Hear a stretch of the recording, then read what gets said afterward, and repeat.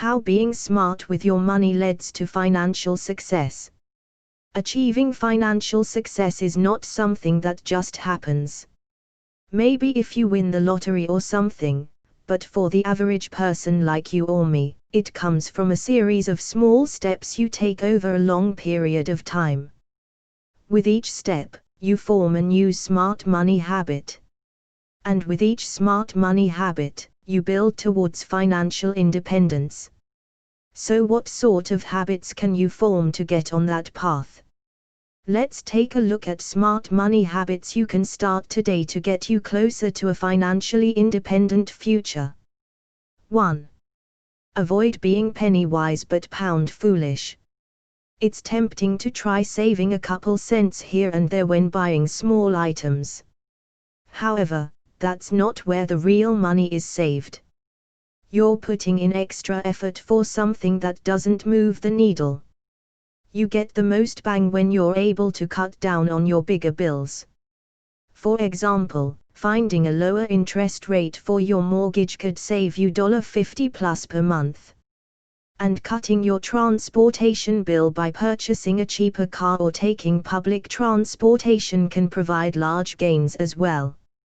So, look at your recurring expenses such as housing, transportation, and insurance, and see where there's wiggle room. It's a much better use of your time than trying to pinch pennies here and there on smaller purchases. 2. When you want something big, wait. Impulsivity can get you in trouble in most aspects of life. Finances are no different. It's human nature to see something and want it right then and there. It starts as a kid in the checkout line at the grocery store, and it continues on through adulthood. We get an idea in our head of something we want, and it's hard not to go out and get it right then. A good example is wanting a new car. Perhaps you've had your car for several years. It's crossed the 100k mile mark. Maybe maintenance is due, and you're annoyed that you need to replace the timing belt or purchase new tires. So, you get the itch. You start digging around online, and you realize you could trade in your current car for something newer and more exciting, all for a few $100 a month. Then you get obsessed. Here's where you have to take a step back. Your newfound obsession is clouding your judgment. Rather than giving in to the impulse, wait it out. Set a time frame for yourself. Maybe you come back to the decision 3 months down the road. See if the obsession lasts.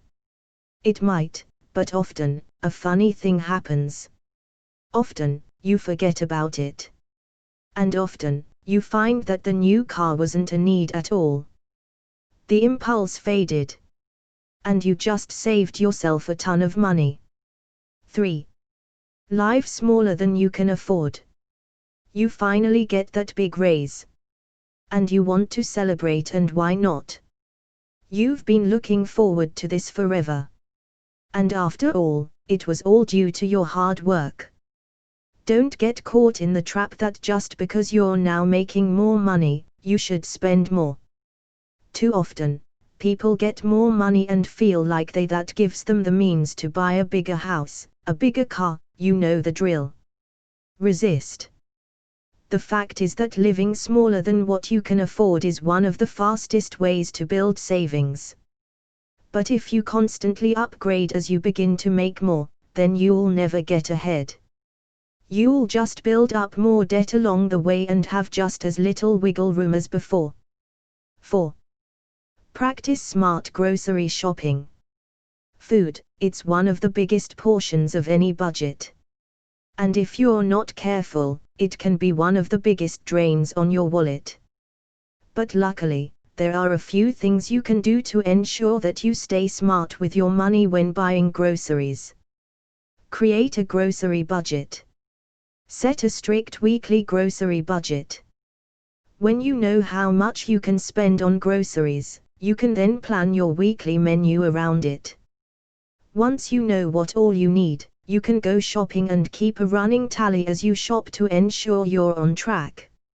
I tend to do this in my head, rounding for each item. However, writing it down as you go would probably work best for most people. Make a list, and never deviate. Never go to the grocery store without a list.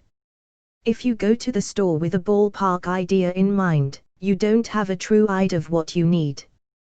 You're not well researched. You don't know what the sales are. As a result, you're going to make decisions on the fly. These impulse decisions will lead to overspending, which will derail your grocery budget. Eat before going grocery shopping. It's also important to eat prior to going to the grocery store. Hunger is a powerful force. If you're shopping on an empty stomach, everything is going to look good. In particular, you may find a lot of ready-made, processed snacks will look enticing.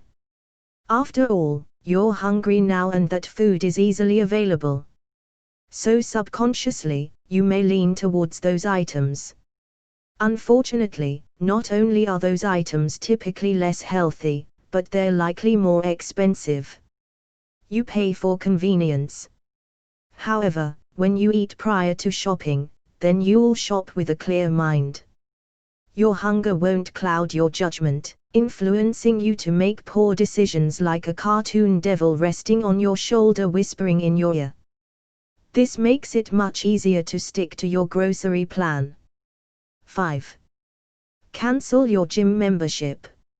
Now that you're all set on your food, it's time to get smart about managing your budget in terms of physical fitness. And let's begin by avoiding the gym. The gym bill, that is. The average gym membership costs around $60 per month. That's $720 a year. Yet, 2 out of 3 gym memberships go unused. That means 2/3 of people who have a gym membership are literally giving away almost $1,000 a year. It's crazy. I recommend seeking an alternative. One good alternative is to look into fitness streaming services.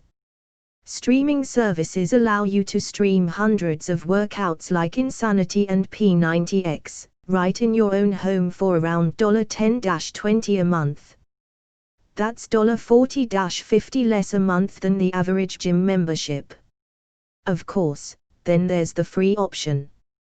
The internet is full of free workouts that you can do on your own with minimal or no equipment. For example, there's the Couch to 5K program, that I personally used a decade ago to ease myself from couch potato to running my first 5K race. If I could do it, anyone could. Then there are free resources like Reddit that have limitless information on workouts. The fitness subreddit has done all the research for you, populating workout tips and detailed workout routines for anyone to use in their wiki. There are several routines that require no equipment. And you can join in on the subreddit to become part of the community, making it easier for those seeking camaraderie and encouragement in their fitness goals. All for free.